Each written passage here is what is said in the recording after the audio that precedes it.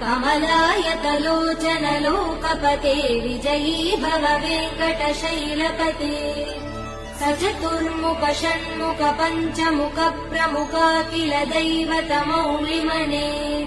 शरणागत वत्सल सारनिधे परिपालय मां वृषशैलपते अतिवेलतया तव दुर्विषहैयनुवेल कृतैरपराध सदैः हरितं त्वरितं वृषशैलपते परया कृपया परिपाहि हरे